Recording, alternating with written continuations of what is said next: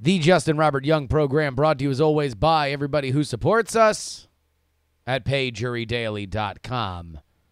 Considering the emails and the tenor of the chat room, folks, I'm going to need your help more than ever. This is not a popular topic. This is something that I do feel very passionate about, that whenever I talk about, people get very, very, very salty. So now is the time, folks. If you ever wanted to kick in and help this show, then go ahead and do it at payjurydaily.com. All right. Enough of talking about how we support the show. What do you say we just do the damn thing?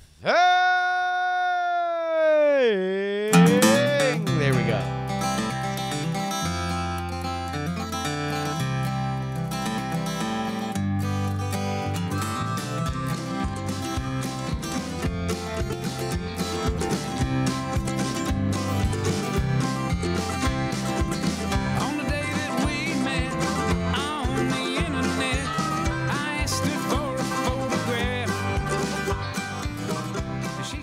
Hey, welcome.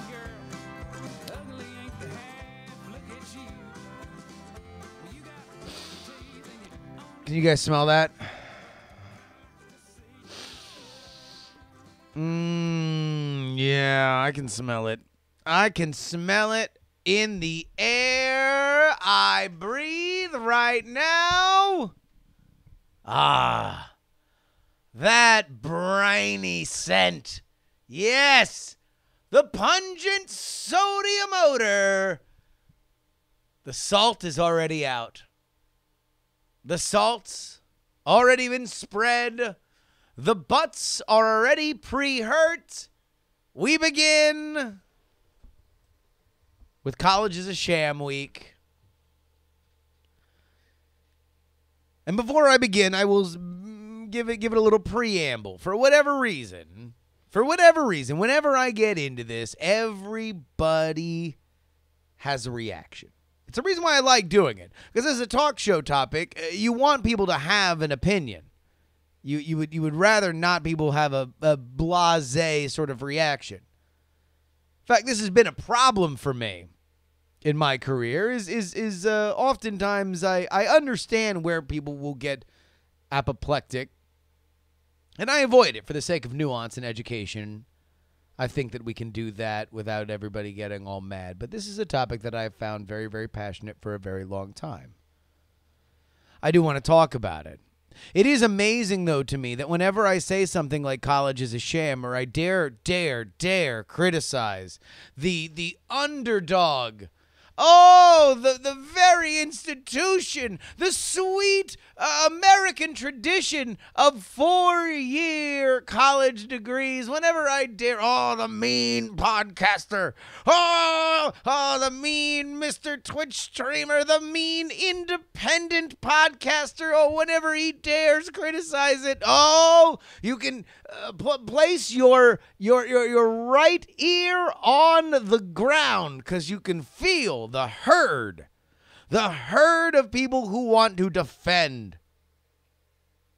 the honor, the tradition, the value of a 4-year college education. It doesn't matter what you're going for. It doesn't matter why you're going. Well, this is a rite of passage. This is the chrysalis that makes you a man or makes you a woman. Folks, if we take away the idea that these kids need to go to college, then they'll just be shiftless layabouts. Yes, we need to make sure that they live our dreams. They live our dreams again. If there's one thing better than remembering the memories of youth gone by, why, it's forcing another generation to do the same damn thing. It doesn't matter the cost. It doesn't matter how it will affect their future. No. We need to keep the mill running.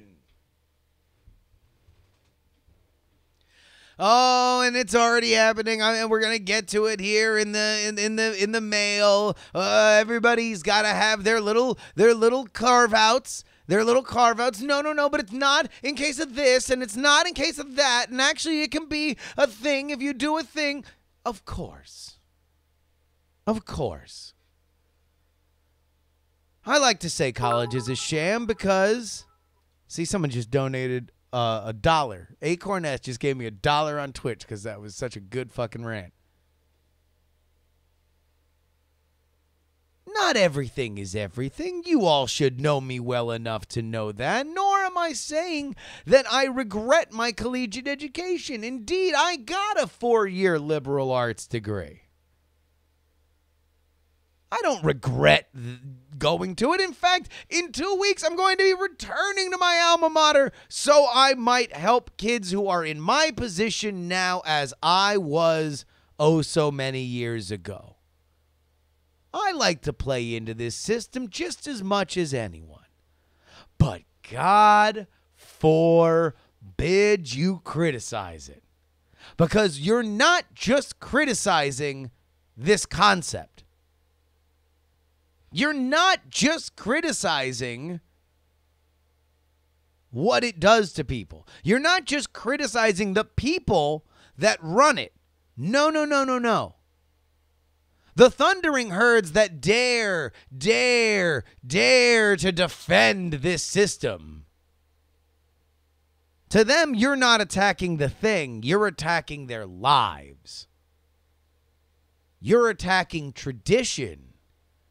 You're attacking their family. You're attacking their legacy. And oftentimes, that's a phrase meant literally when it comes to college admissions. That is, unless you're buying your way in like Aunt Becky. So as we begin College is a Sham week, allow me to give you a summation of where I'm coming from. Because, oh yeah, have I mentioned that I haven't started the week yet? This is where we are in the preamble. I was not live for seconds before the paragraphs started coming in. Oh, everybody in the chat. Oh, I need to get this essay out before Justin even says a syllable.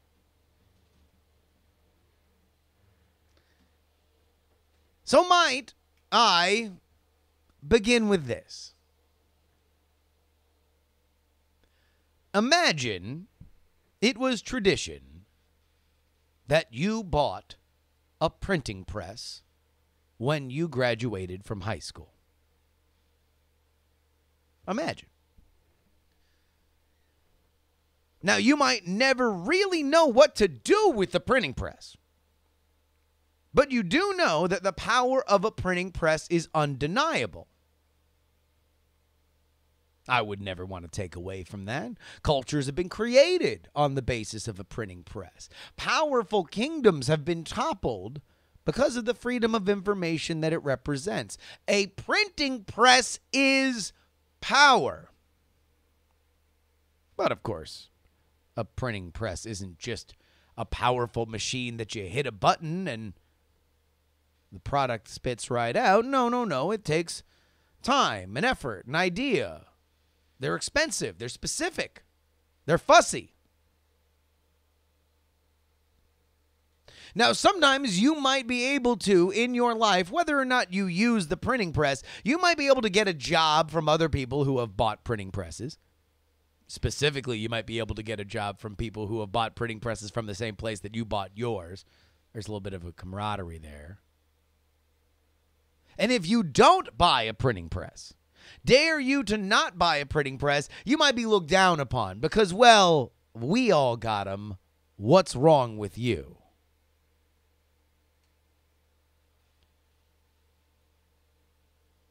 The point that I don't want to be forgotten in anything else that I say this week is this. There is a tremendous value that you can get from a liberal arts institution. There's a tremendous amount of knowledge. There are oftentimes entire systems set up, sometimes even printing presses.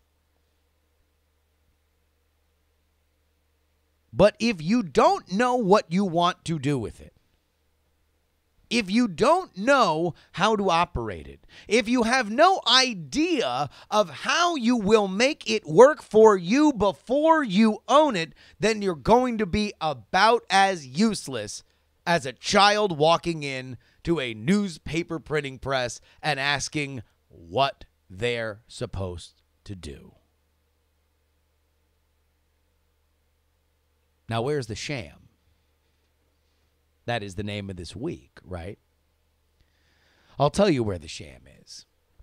The sham is in how we talk about college. The sham is in how we have culturally put underpinnings that this is like a completion of your maturity, where we assume that this is the only place that you can really grow up, and that it is the only place for which you can make connections that will continue to guide the rest of your life.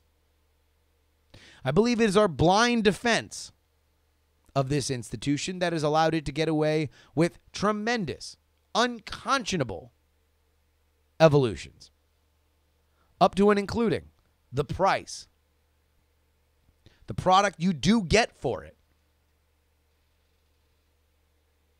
and the ubiquitousness that we force high school kids to torture themselves to get into.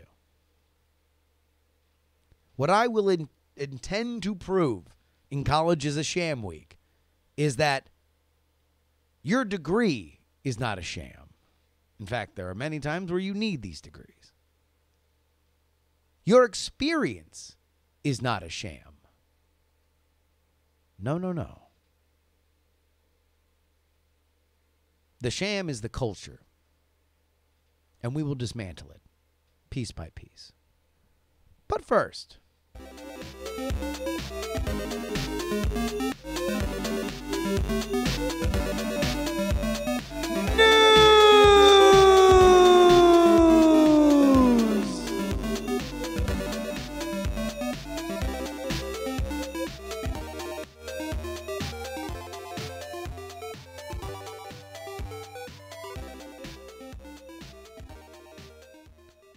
did Shane Dawson fuck his cat?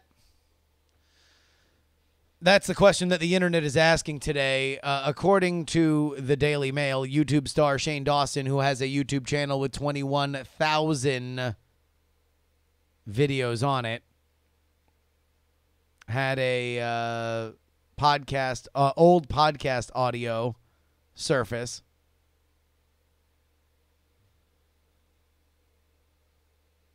In it, he described that he laid his cat on its back and then came all over it. This led to a hilarious series of tweets every once in a while. Twitter is a fairly ridiculous place that gives us something that I really just need to read for you verbatim.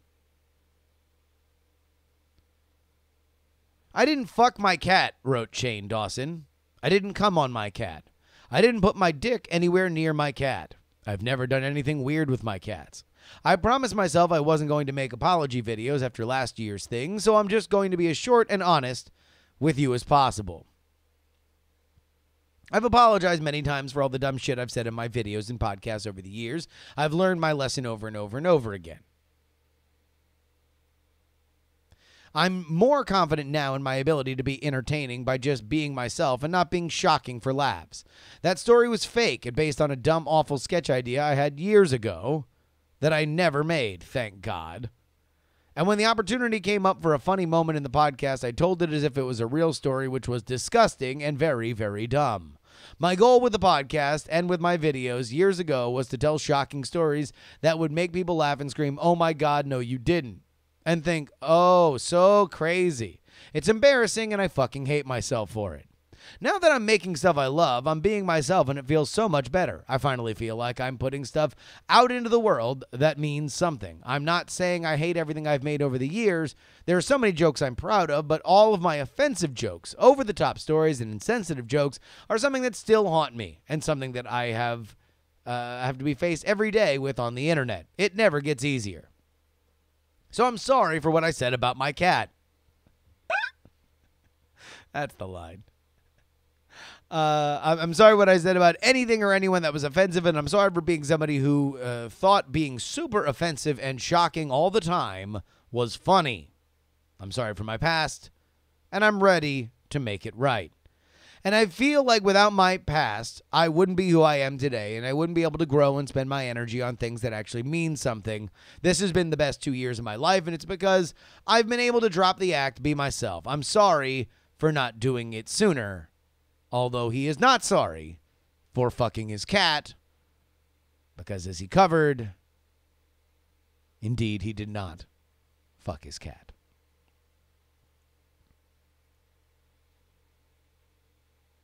I mean, what do you say? What do you say to it? What do you say?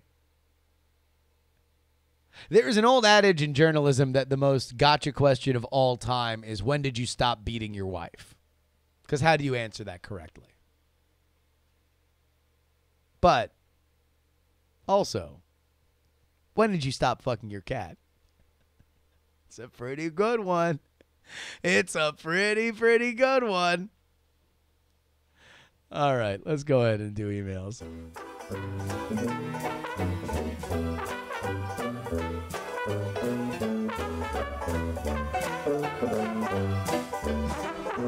Email.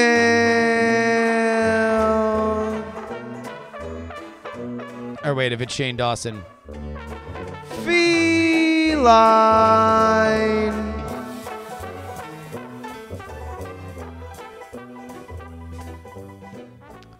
Of course, you can email me, jurydaily@gmail.com. Again, jurydaily@gmail.com. Dickram Von Hunting Tate writes, to your upcoming idea that college is a scam, it's a sham, not a scam, I'll throw out this potential counter-argument. I mean, and again, this is what drives me up a wall, is that people are making counter-arguments to an argument that I haven't made.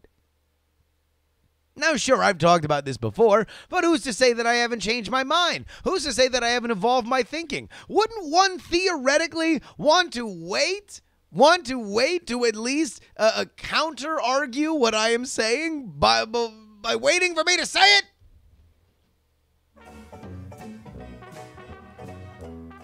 Dickram continues, in the case of STEM, while there are some entry-level on-ramps, there's no way to many of the higher-paying career paths, particularly in engineering and the medical field, and not just MDs.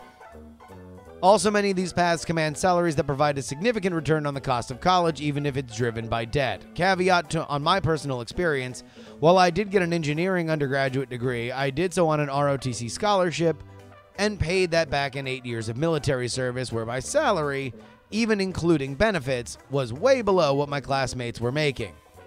But that wasn't my primary motivation in going that route. Also, if it helps, I'm white.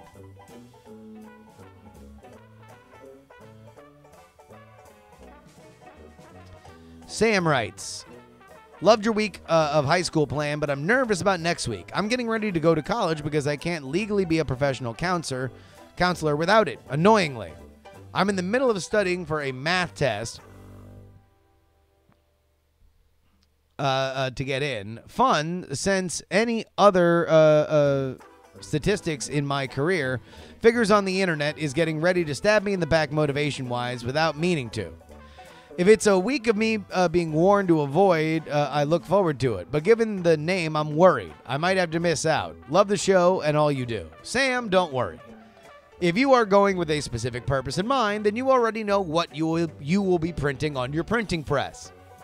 My only warning, and I will get into more of the bad actors that I believe fan these flames,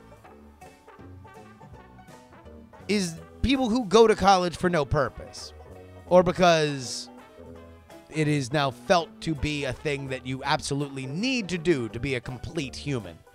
I believe that this is a myth that is fortified by everybody who wants to run and jump on the person who dares criticize college before he has indeed dared criticize college.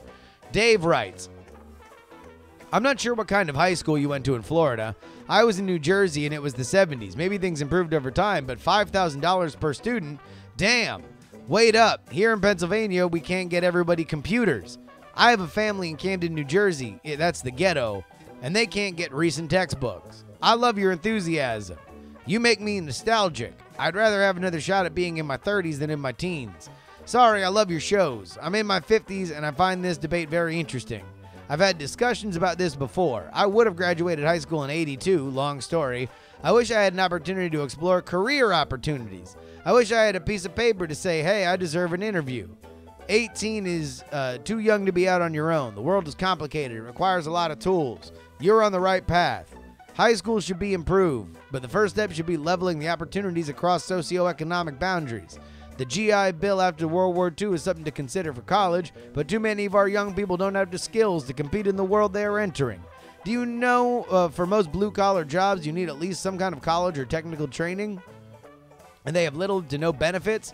We expect the least educated to be able to plan out health care, insurance, retirement. Your proposal is nice for people with resources and a safety net. Like, literally, I got a ton of emails about the high school thing. I have no idea whether or not I'm actually going to do any more with that. But let me just say, the point of that entire thing was to give people without a safety net a way that they can fail and show that there is life beyond being somebody's employee. Or at least being a better employee and understanding how you can better yourself without just waiting for the largesse of some rich person to do something for you. So I would wholeheartedly disagree with you. I believe that my system is specifically designed for people without resources and without a safety net. To look at that and say, oh, well, rich people will prosper from it. No shit. They're rich. That's what they do. Finally, something that has nothing to do with education. RJ writes, I'm writing you this email with voice to text while I run to Walmart to get all the things that I need to evacuate my home. I live just on the outskirts of St. Joseph, Missouri, where we are planning to have a major flood. And yes, this is connected to the major flooding in Nebraska and Iowa that you may have been seeing on the news. In a couple of days, we've been packing, and I found myself doing the world's most cynical impression of Marie Kondo. I hold up an item and say, does this spark joy? No? Then you leave it behind to get carried away by the Missouri River. I've been meaning to go through every single item I own and get rid of things anyway, so to keep a positive attitude, I'm using this incoming flood as my motivation. RJ, let me just tell you this, sir. Thank you so much for taking time out of this very stressful moment in your life to write into the show. I don't know when you're going to get the chance to listen to this, but I hope everything worked out better than you might have expected. If it did not, and indeed you had so much of your life swept out to sea, well, I can tell you that you will be better for being past it. And hopefully this show can be a part of your life as you continue to make a new one.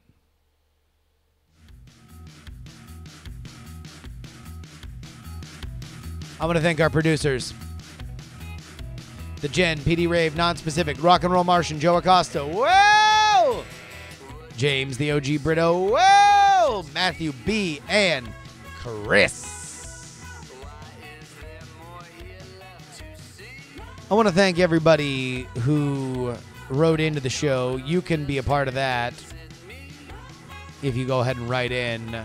JuRyDaily@gmail.com. Again, JuRyDaily@gmail.com. Twitter, Instagram, Snapchat at Justin R. Young. I want to thank MacBook Pro. He was the guy who wrote in with the Shane Dawson's cat story. He did that on our JuRy Discord. Come on and join. It's free. bit.ly/JuRy Discord. Again, that is bit.ly/JuRyDiscord.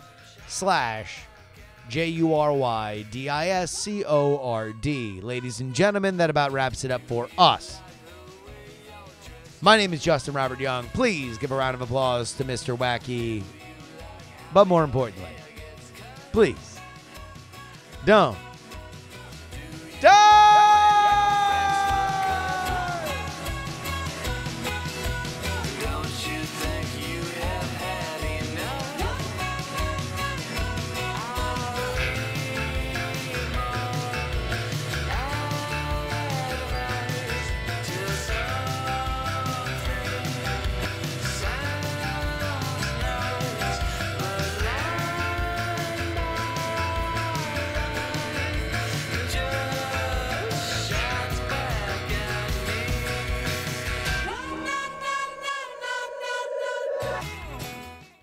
Diamond Club hopes you have enjoyed this program.